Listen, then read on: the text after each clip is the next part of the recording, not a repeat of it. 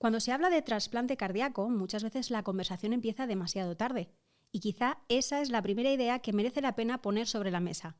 El momento óptimo para derivar a una unidad de insuficiencia cardíaca avanzada no es cuando ya no queda nada más que hacer, sino antes, cuando empiezan a aparecer señales de progresión, fragilidad clínica o intolerancia al tratamiento, que indican que el paciente puede estar entrando en una fase de insuficiencia cardíaca avanzada. Las guías actuales son muy claras en ese punto.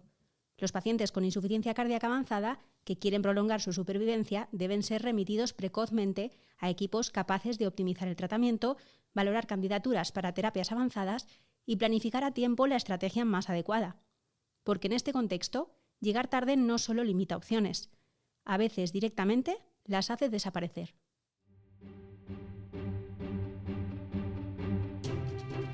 Cardio Podcast. Novedades científicas y actualidad clínica de la mano de expertos de la especialidad. Suscríbete al canal Cardio Podcast y escúchanos en Google, Apple y Spotify.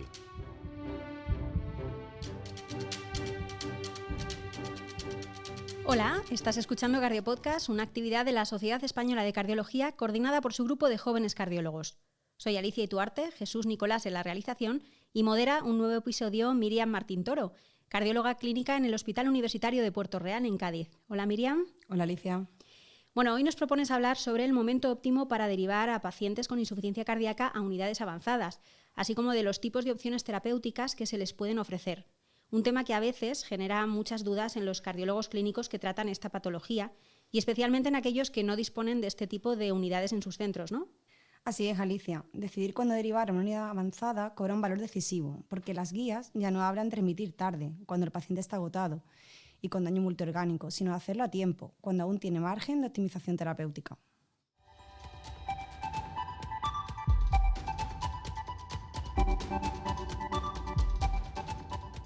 Bueno, pues vamos a presentar ya a los tres invitados que nos acompañan hoy en esta mesa Cardio Podcast. Gonzalo Barge Caballero, cardiólogo del Complejo Hospitalario Universitario de A Coruña. Hola, Gonzalo. Hola, Alicia. Laura Pérez Gómez, cardióloga del Hospital Don Benito Villanueva de la Serena, en Badajoz, y del Hospital de Cáceres. Bienvenida, Laura. Hola, Alicia. Y también contamos con Diego Rangel Sousa, cardiólogo del Hospital Universitario Virgen del Rocío en Sevilla. Un placer, Diego. Muy buena, muchas gracias. Creo que hacer un cardio podcast sobre este tema puede ser de gran utilidad clínica, ya que hablar hoy del momento óptimo para derivar a una unidad de insuficiencia cardíaca avanzada es más necesario que nunca, porque la insuficiencia cardíaca ya no es solo una patología frecuente, sino que es un problema sanitario en expansión, con una prevalencia cada vez mayor debido al envejecimiento de la población, la mejor supervivencia tras el infarto y la mayor supervivencia de los propios pacientes con insuficiencia cardíaca. Este crecimiento tiene una consecuencia muy clara en la práctica clínica y es que cada vez veremos más pacientes que, pese a los avances terapéuticos, progresan hacia fases de mayor complejidad, más ingresos, más congestión, más intolerancia al tratamiento y, por tanto, peor pronóstico. Por tanto, esto no es un debate únicamente sobre trasplante cardíaco, es sobre todo un debate sobre oportunidad clínica. En este primer bloque quería centrarme precisamente en eso, en reconocer el momento, en entender las señales de alarma y en diferenciar la simple optimización terapéutica de la necesidad de derivación a unidades avanzadas. Por ello, la primera pregunta se la quería plantear a Laura y es clara y directa. ¿Qué dato en tu consulta te hace pensar que este paciente ya no debe seguir solo en tu unidad especializada? Bueno, hola a todos, gracias por la invitación. Y yo creo, Miriam, que esa pregunta que formulas es muy apropiada. Yo creo que es la pregunta fundamental que todo cardiólogo clínico que se dedica a la insuficiencia cardíaca debe formularse. Y durante mi periodo de formación en la subespecialidad me enseñaron un símil que yo creo que es muy ilustrativo para todos, y es que al final cuando tenemos un paciente con insuficiencia cardíaca deberíamos pensar como en el juego de cartas que todos conocemos de las 7:30. Si nos quedamos cortos siempre va a haber solución, es decir, mejor consultar y resolver las dudas que tengamos antes de tiempo que pasarnos. Una vez nos pasamos ya estamos eliminados, ¿no?, del juego. Yo creo que algo así pasa en la insuficiencia cardíaca, es decir, siempre tenemos que buscar evitar la refractariedad. Entonces, a colación de la pregunta, ¿qué datos me planteo yo cuando paso la consulta? Pues yo creo que el acrónimo de I Need Help realmente lo único que refleja son los parámetros que todos valoramos por sentido común y por formación profesional cuando tenemos un paciente delante. El perfil de paciente que yo creo que no debería pasarse no es un paciente joven, ¿no?, generalmente menor de 65 años, que no tenga ni mucha comorbilidad, y que realmente sea candidato a todo. ¿Qué cosas miro? Pues el BNP, evidentemente. Si un paciente joven que realmente está haciendo actividades y deja de hacerlas, no refiere deterioro clínico, pero sí tiene deterioro de los marcadores analíticos, deberíamos estar alertas. Precaución también con el fallo anterógrado. Yo creo que todo el mundo identifica muy bien la congestión por la exploración clínica, las pruebas de imagen, pero a lo mejor resulta más difícil identificar ese bajo gasto, particularmente en los pacientes jóvenes, que en ocasiones incluso ellos subjetivamente no se encuentran tan limitados. Otra cosa que yo creo que es importante es la necesidad de ciclos de levosimendan. Yo creo que todo el mundo tenemos muy claro que cuando un paciente ingresa por shock cardiogénico y precisa noradrenalina o dobutamina, es una situación, un punto, un hito en la historia evolutiva de la enfermedad y lo dejamos así reflejado en la historia clínica, pero por hacer un poquito de autocrítica, yo creo que a lo mejor el ciclo de levosimendan ha sido algo a lo que hemos perdido el miedo. Y yo creo que una vez un paciente joven precisa de levosimendan, esto debería quedar registrado en los antecedentes cardiológicos. Un paciente naïf que recibe el primer ciclo, ya es un momento para empezar a pensar en alguna cosa más. Por supuesto, también la imposibilidad de titulación por hipotensión, yo creo que es algo que todos tenemos presentes. Y algo que no me gustaría dejar atrás es el tema de la genética. No sé qué opináis vosotros. Yo creo que la genética ha supuesto una absoluta revolución en la medicina en general y en la cardiología en particular. Y el fenotipo yo creo que es algo que también se valora hoy en día en las unidades de insuficiencia cardíaca. ¿Qué opináis, Diego, Gonzalo? Yo personalmente estoy completamente de acuerdo, pero por añadir cierta controversia también, creo que el acrónimo, la NIDGEL está fantástico, pero probablemente es para un paciente para trasplante. Pero creo que a la unidad de insuficiencia cardíaca avanzada hay que derivar pacientes que no son para trasplantar al día siguiente.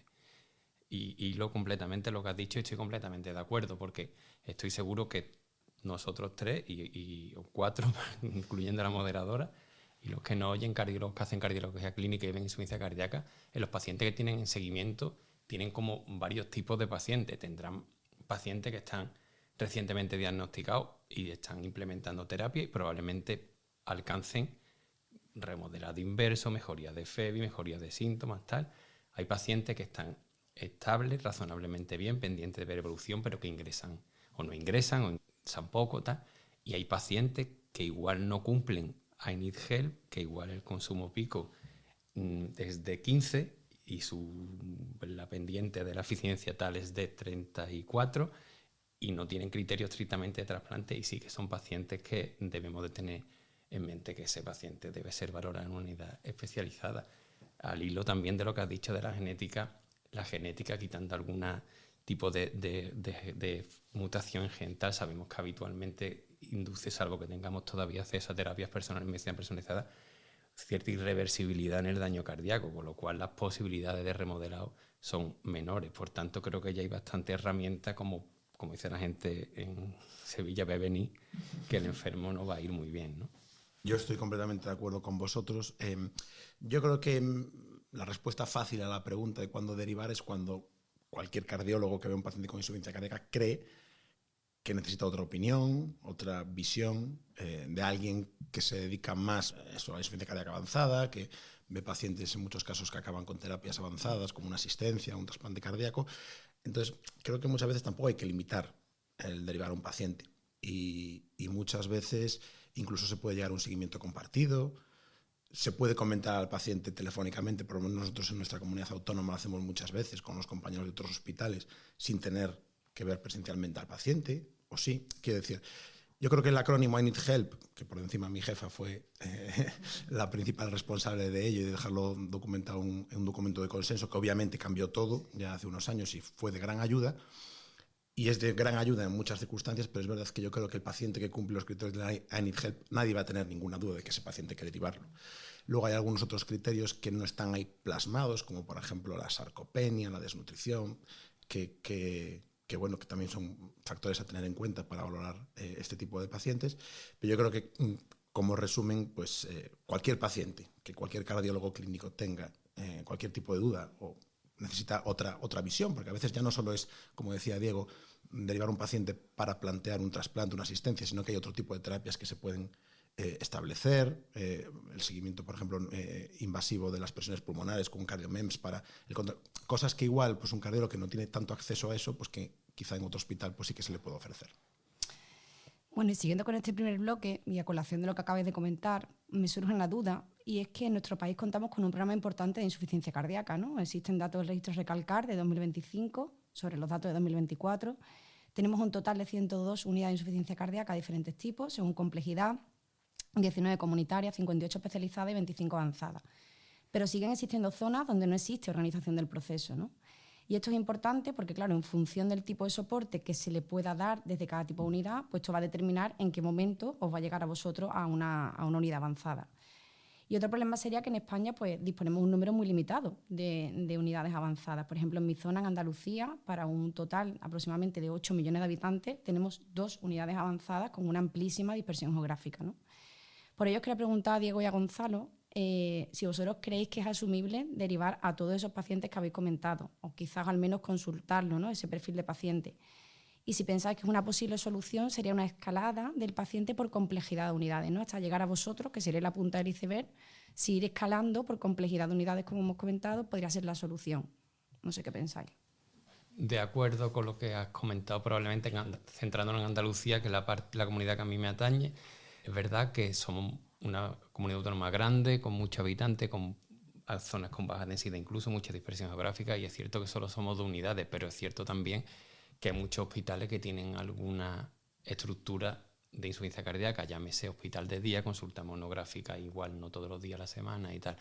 Yo quizá lo que destacaría aquí, que un poco en relación también con lo que Gonzalo comentó antes, que probablemente la valoración en unidad de insuficiencia cardíaca avanzada, que tiene una sensación siempre de ser algo como transversal, ¿no? Como algo salomónico, ¿no? Que te comentan un paciente y tú decides si va o no va para adelante, y como debe ser un poco más longitudinal, ¿no? Entonces acompaña un poco al paciente y al cardiólogo que ve al paciente en la trayectoria del enfermo, ¿no? Entonces tenemos tecnología, correo electrónico, teléfono personal, que muchas veces permite sobrepasar estas barreras que tú estás comentando, como el caso de Andalucía. Es cierto que somos 2 centros, ¿no? de insuficiencia cardíaca avanzada, pero tú sabes que hay contactos personales, o hay personas de referencia en cada centro que lo llevan, pueden contactar contigo y comentar pacientes, sobre todo, no tanto para enviar, que siempre enviar es fácil, incluso hay procedimientos administrativos, solicitar una valoración de especialista y TV, sino para evitar que el enfermo se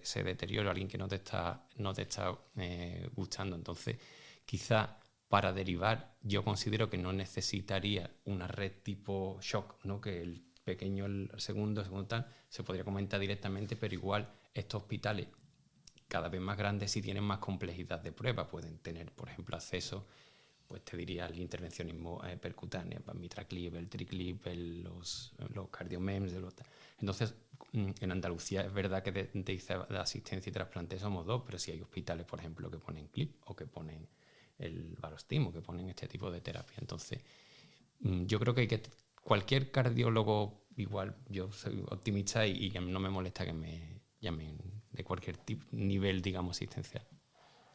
Sí, a ver, nuestra comunidad de Galicia es una comunidad mucho más pequeña, y es verdad que centros que ofrezcan prácticamente todo menos el trasplante cardíaco, somos el único centro trasplantador, pero Coruña, Santiago y Vigo son hospitales donde también se implantan asistencias como terapia de destino, por ejemplo, con lo cual es otro escenario diferente. A ver, yo creo que el modelo que está más que demostrado que funciona en estos casos es el hub and spoke, ¿no? Hospitales pues, que no tienen igual disponibilidad de todo, pues, pero lo que hablábamos antes, que no es necesario, como decías tú, decisión salomónica de este paciente lo veo, este paciente no, establezco, no, sino que tiene que ser una conversación direccional, ¿no?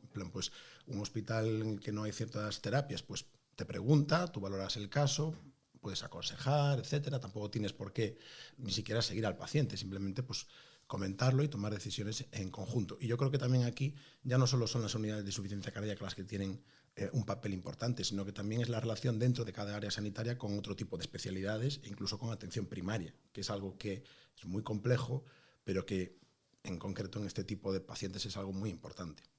A mí me gusta mucho lo que habéis comentado los dos, viéndolo desde la otra cara, porque yo creo que realmente las unidades no son cajones estancos, son realmente vasos comunicantes en el cual podemos ir resolviendo dudas, podemos consultar a centros con trayectoria y casuística como para aportarnos cosas buenas, pero a lo mejor no es necesario tener al paciente ya para una decisión final, sino tener una duda, resolverlo. A lo mejor los centros de referencia solo lo evalúan 2 veces al año, nos dan un feedback que a nosotros nos da información y, por supuesto, nos refuerza a lo mejor en el manejo del paciente en su área sanitaria sin necesidad de desplazarse continuamente. Yo creo que eso aporta beneficios.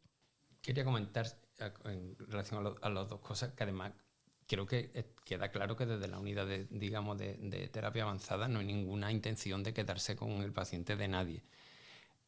Ha sido un cambio muy positivo en los últimos 10, 15 años, el que hemos vivido en nuestra comunidad, también en el país, ¿no? El desarrollo de cualquier tipo de dispositivo, como he comentado, de diferente complejidad, con medicina interna, solo de cardiología, tal, y ha mejorado. Yo creo que en general se ha mejorado mucho el tratamiento y la evaluación, el seguimiento de los pacientes de insuficiencia cardíaca. Pero nadie debe... te quiero decir, que el árbol no te deje ver el bosque, que porque tú tengas...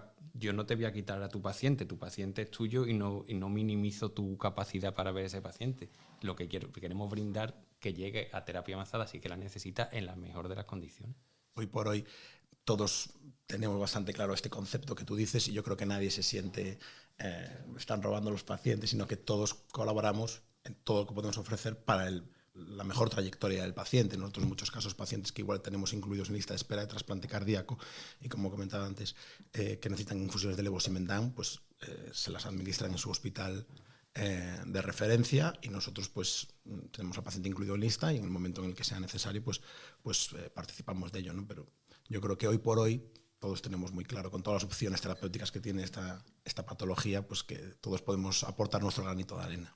Sí, es que además tiene mucho interés porque este seguimiento estrecho y compartido, porque casi que te diría que con el desarrollo y la mejora de la atención, el cardiólogo incluso creo que estamos mejor formados a diferentes niveles asistenciales sobre insuficiencia cardíaca. Entonces, es más interesante tener buena relación con tu unidad derivadora para lidiar con las comorbilidades y gestionar esas comorbilidades a largo plazo para evitar que dejen de ser comorbilidades / contraindicaciones, más que realmente la pura indicación. La pura indicación casi que está chupado, ¿no? Vamos, hay criterios cuantificables incluso, pero lo que es manejar las comorbilidades, ahí donde yo creo que los centros derivadores sí tienen mucho que decir y que hacer. Yo creo que una idea clave es que derivar no es trasplantar, derivar es consultar para que vean al paciente y lo vean además en una situación ambulatoria, que yo creo que siempre es mucho mejor que verla en una situación de urgencia, de shock cardiogénico, como decimos coloquialmente a las bravas, que siempre va a ir en detrimento tanto de nuestro trabajo como del propio paciente, ¿no? Conocer a un paciente en una situación ambulatoria, ver su situación clínica, su soporte familiar, poder hacer un estudio pronóstico con calma nos va a aportar mucha más información y a lo mejor no es una decisión de una terapia avanzada inmediata, pero poder hacer todo ese estudio precozmente y devolver el feedback al hospital de referencia, yo creo que todo suma.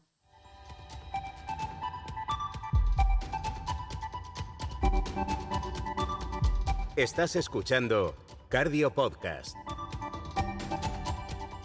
Continuamos en este episodio Cardio Podcast sobre la importancia de identificar de manera precoz el perfil de paciente que se beneficia de una unidad avanzada, con Gonzalo Barge, Laura Pérez y Diego Rangel.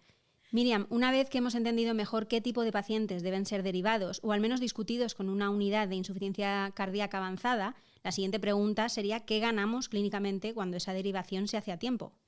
Muy buena pregunta para esta segunda parte del debate y ya la ha introducido Laura previamente, ¿no? Y es que derivar a un paciente en una insuficiencia cardíaca avanzada no significa automáticamente entrar en la lista de trasplante, ¿no? Ni mucho menos, sino que significa abrir la puerta a una valoración mucho más amplia, más experta y mucho más estratégica, en la que se pueden plantear distintas opciones terapéuticas según el perfil clínico, la reversibilidad del daño, la fragilidad, las comorbilidades y, por supuesto, los objetivos del propio paciente, ¿no? Por ello, les quería preguntar a Diego y a Gonzalo, pero también, por supuesto, a Laura, ¿qué le podéis ofrecer vosotros de vuestras unidades avanzadas a los pacientes y cómo decidís cuál es la mejor opción terapéutica en cada caso, ¿no? Soporte inotrópico, asistencia, trasplante, paliativo. Obviamente, cuando el paciente llega a una unidad de insuficiencia cardíaca avanzada con una indicación de ciertas terapias, obviamente pues las dos grandes terapias que a día de hoy podemos ofrecer pues, es el implante de una asistencia circulatoria o el trasplante cardíaco. Entonces, muchas veces pues, la valoración obviamente no es fácil, incluye muchas pruebas complementarias, deliberaciones largas entre muchos especialistas que forman parte del seguimiento del paciente, UCIstas, cirujanos cardíacos, etc.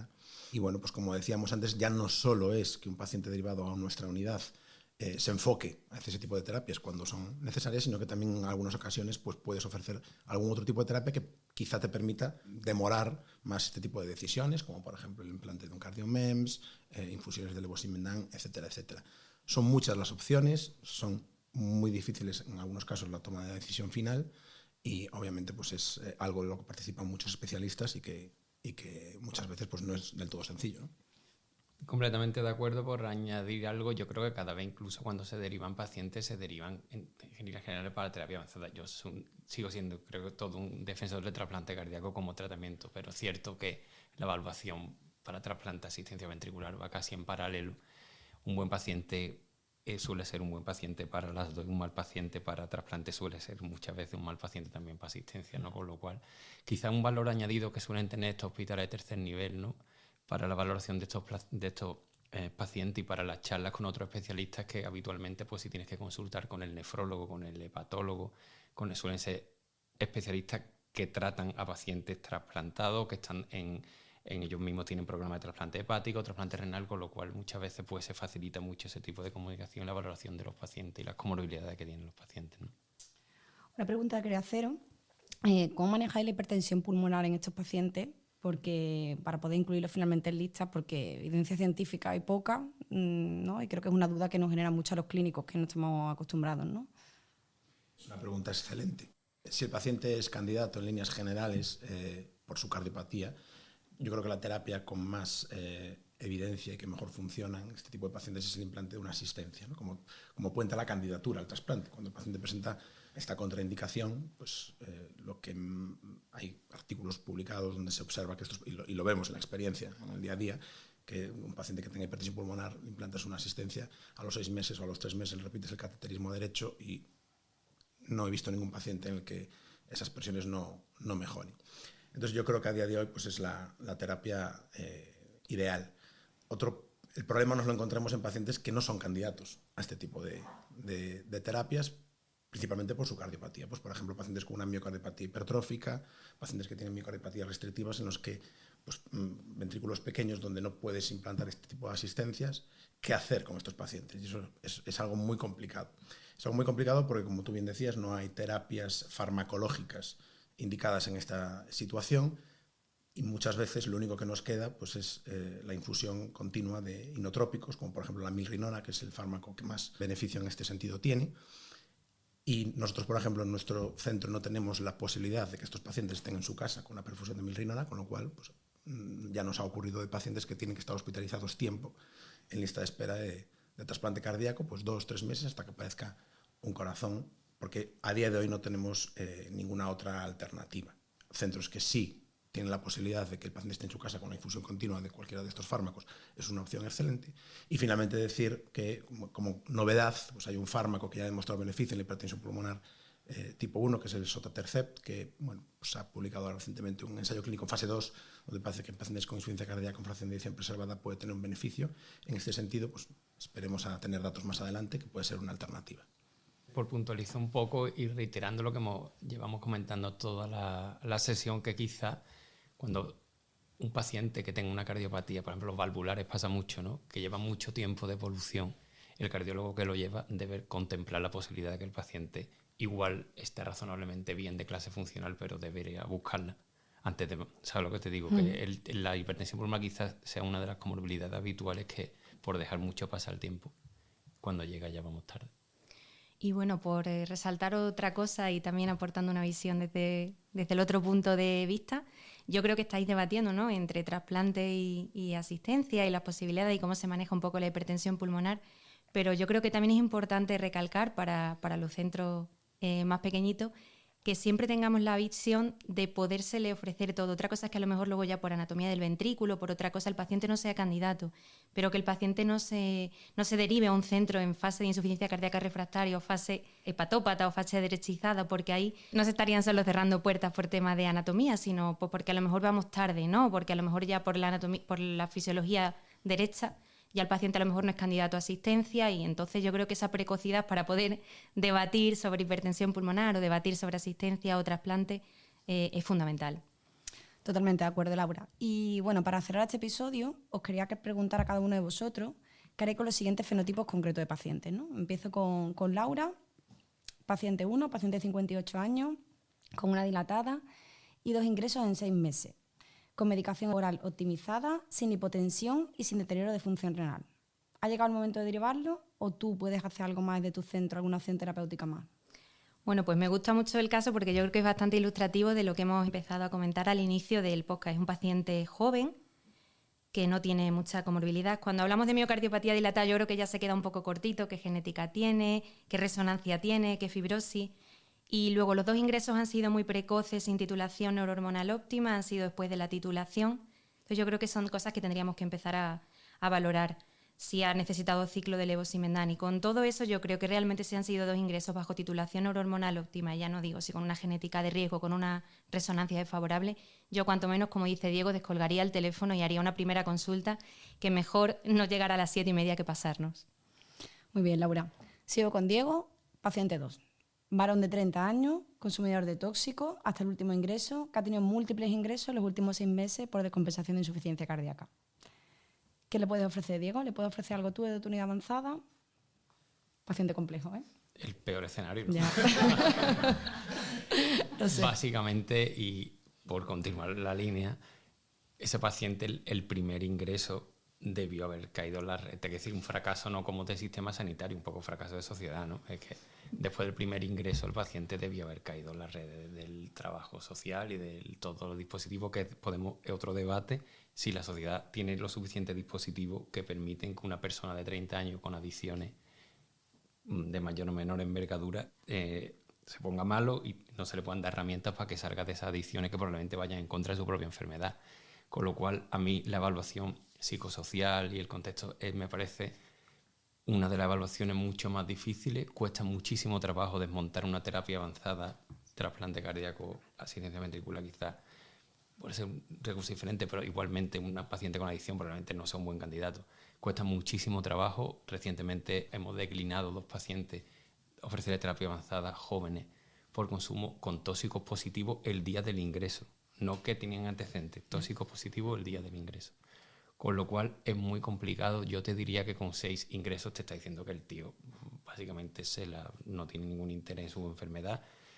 Y ahí sí que digo que es fundamental y no es... O sea, aquí sí es que un clásico escenario que la responsabilidad no es del centro de insuficiencia cardíaca avanzada decir que no. La responsabilidad tiene el centro que está tratando a ese paciente, que no ha tomado las medidas necesarias para ver venir que el paciente probablemente tiene una trayectoria de necesitar terapia avanzada rápido y no haber sido capaz de intentar al menos encauzar esta situación, digamos, de consumo activo de tóxico, mal cuidado, persona, abandono, falta de herencia de tratamiento, no sé si tampoco encima el paciente ni va a las consultas y tal. Entonces creo que quizás de las decisiones más que debatir que si el índice cardíaco es de 2,2, 2,5, que si las presiones qué tal, si el riñón, el filtro, mucho más complicado. Totalmente, digo. Y bueno, termino con Gonzalo, paciente 3, paciente de 50 años, con un infarto anterior evolucionado, FEBI del 20, sin hipertensión pulmonar y sin fallo derecho, pero hipotensión que limita a dosis mínima el tratamiento modificado de insuficiencia cardíaca. Está en clase funcional 2 estable. ¿Cuándo lo mando?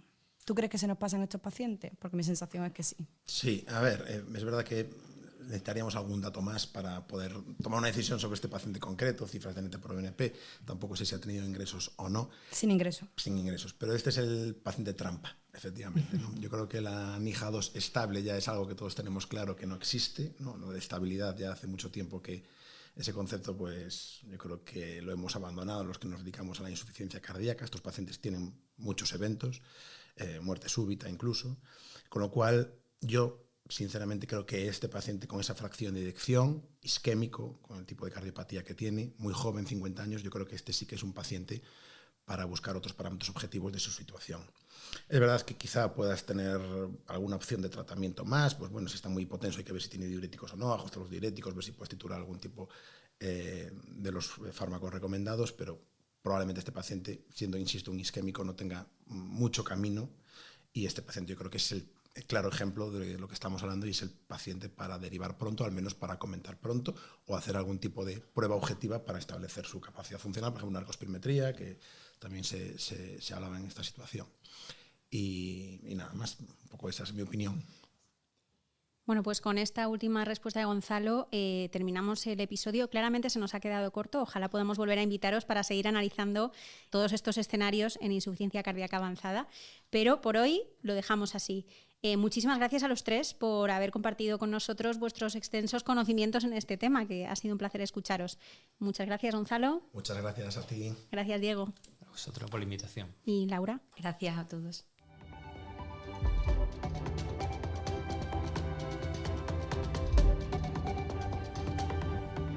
Y Miriam, ya para terminar rápidamente, ¿alguna reflexión a modo de conclusión que quieras destacar de este episodio? Es difícil, pero escoge una o dos. Bueno, en primer lugar, quería dar las gracias a los tres invitados por este magnífico debate, que creo que va a ser de gran utilidad clínica, ¿no?, para todos los que atendemos al final a la insuficiencia cardíaca. Y 3 ideas clave que nos llevamos a casa, ¿no? Que la primera, que el mejor momento para enviar a un paciente a una insuficiencia cardíaca avanzada no es cuando ya agotó todas sus opciones, sino precisamente cuando todavía estamos a tiempo de ofrecerle alguna. La segunda, que es fundamental una buena estructura asistencial al paciente con insuficiencia cardíaca para ese manejo secuencial por especialistas y llegar al final, ¿no?, a esa punta del iceberg que son las unidades avanzadas. Y por último, dejar de pensar que una unidad avanzada nos ofrece una única terapia, que es el trasplante, sino que nos ofrece una forma distinta de pensar el caso, de forma más precoz, más integral y más orientada, a identificar qué opción aporta más valor a ese paciente concreto, ya sea trasplante, asistencia, optimización avanzada o incluso una mejor planificación del cuidado. Pues así lo dejamos. Muchas gracias también a ti, Miriam, por esta moderación. Y ya sabéis que podéis encontrar todos los episodios anteriores en nuestra playlist y escucharnos en las principales plataformas de podcasting. Además, recordad también que os dejamos la bibliografía recomendada de cada episodio en la web secardiología.es. Nada más, hasta la próxima semana. Cardio Podcast, un programa de la SEC coordinado por su grupo de jóvenes cardiólogos.